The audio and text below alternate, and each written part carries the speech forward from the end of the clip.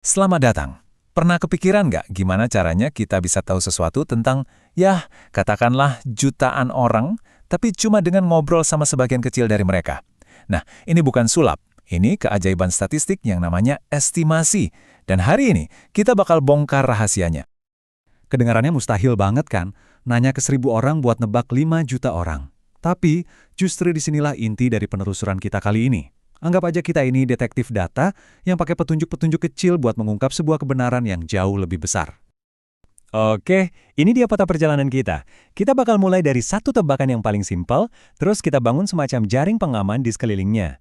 Habis itu, kita cari tahu apa sih artinya yakin dalam dunia statistik. Lalu kita coba pakai ilmu ini buat bandingin dua kelompok, dan terakhir, kita lihat gimana semua ini dipakai di dunia nyata. Siap?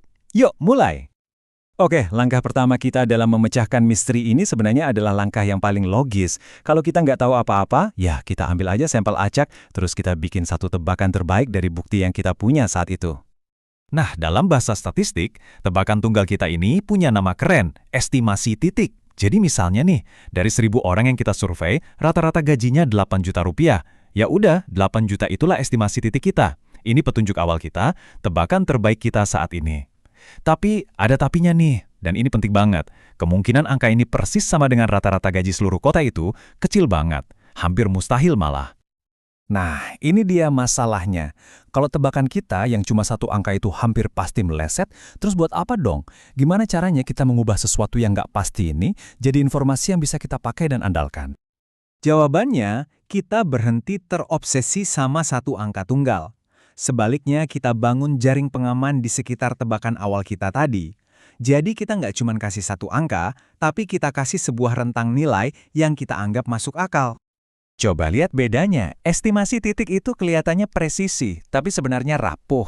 Sementara estimasi interval itu jauh lebih realistis dan jujur aja jauh lebih berguna. Jadi daripada bilang rata-ratanya pasti 8 juta, kita bisa bilang, kami cukup yakin rata-ratanya itu ada di antara 7,5 juta sampai 8,5 juta.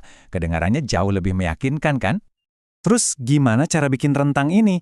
Konsepnya sebetulnya simple banget loh. Kita tinggal ambil tebakan terbaik kita tadi, si estimasi titik, terus kita kasih plus minus sesuatu yang namanya margin kesalahan atau margin of error. Nah, margin inilah yang jadi jaring pengaman kita, yang kasih kita ruang gerak. Oke, sekarang kita masuk ke bagian yang paling krusial, dan jujur aja paling sering disalahpahami. Kita pasti sering dengar kalimat kayak interval kepercayaan 95%. Tapi apa sih sebetulnya arti kata kepercayaan di situ? Ini pertanyaan penting banget. Apakah artinya ada 95% kemungkinan kalau rata-rata gaji yang asli itu ada di dalam rentang yang barusan kita buat? Jawabannya, ternyata bukan itu. Maknanya jauh lebih cerdas dan lebih keren dari itu. Biar gampang, kita pakai perumpamaan deh. Coba bayangin, rata-rata gaji yang sebenarnya itu kayak ikan misterius di sebuah danau. Kita nggak bisa lihat ikannya langsung. Nah, setiap kali kita ambil sampel dan bikin interval, itu ibaratnya kita nebar satu jaring ikan. Kepercayaan 95% itu bukan soal kita yakin jaring yang satu ini pasti dapat ikannya. Bukan. Kepercayaan kita itu ada pada metodenya, pada cara kita nebar jaring. Kalau kita lempar jaring ini, katakanlah 100 kali dengan cara yang sama, kita bisa yakin banget kalau sekitar 95 dari 100 jaring itu bakal berhasil nangkap si ikan misterius. Jadi, kepercayaannya ada di prosesnya, bukan di satu hasil tunggal. Keren kan? Oke, kita udah tahu cara bikin rentang yang bisa diandalkan buat satu kelompok. Sekarang, kita naikin levelnya. Gimana kalau kita mau bandingin dua kelompok yang berbeda? Apa kita bisa bilang kalau ada perbedaan yang benar-benar nyata di antara keduanya? Coba perhatikan data ini. Kalau dilihat sekilas, kelompok A kayaknya lebih bagus kan? Rata-rata nilainya 72, sementara kelompok B 68. Tapi pertanyaannya adalah, apakah kelompok A ini beneran lebih pintar? Atau jangan-jangan perbedaan ini cuma kebetulan aja muncul di sampel yang kita ambil? Nah, disinilah kekuatan estimasi interval bener-bener kelihatan. Jadi, daripada kita lihat masing-masing kelompok, kita hitung interval kepercayaannya untuk selisih di antara keduanya. Dan inilah hasilnya. Rentang yang masuk akal untuk selisih nilai antara kelompok A dan B ternyata ada di antara minus 0,224 sampai plus 8,224.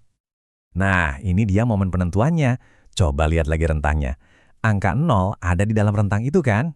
Artinya, tidak ada selisih sama sekali, itu adalah salah satu kemungkinan yang masuk akal.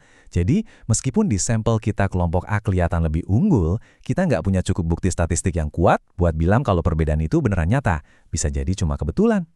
Mungkin semua ini kedengarannya agak teoretis ya, tapi percaya deh, konsep ini tuh ada di mana-mana. Konsep ini secara diam-diam membentuk dunia di sekitar kita setiap hari. Yuk kita lihat beberapa contohnya. Setiap kali Anda dengar hasil survei politik yang ada margin of error-nya, itu adalah interval kepercayaan. Waktu ada uji klinis obat baru, mereka pakai metode ini buat bandingin kelompok yang dapat obat sama yang dapat placebo. Dari bisnis, marketing, sampai ekonomi, estimasi ini bantu kita semua buat ngambil keputusan yang lebih bijak di tengah lautan ketidakpastian. Jadi, ini dia kesimpulan utamanya. Tujuan statistik itu bukan untuk menghilangkan semua keraguan, karena itu mustahil. Kekuatan sejatinya adalah kemampuannya untuk mengambil ketidakpastian yang tadinya abstrak dan gak jelas, lalu mengubahnya jadi sesuatu yang bisa kita ukur dengan tepat. Jadi, lain kali Anda baca berita atau lihat laporan yang ada margin of error-nya, jangan dilewatkan begitu saja. Angka itu sebetulnya lagi cerita loh. Cerita tentang seberapa banyak yang kita tahu, dan yang lebih penting lagi, seberapa banyak yang kita tidak tahu. Itu bukan tanda kelemahan, justru itu tanda kecerdasan. Nah, pertanyaannya sekarang, cerita apa yang akan Anda lihat di balik angka itu?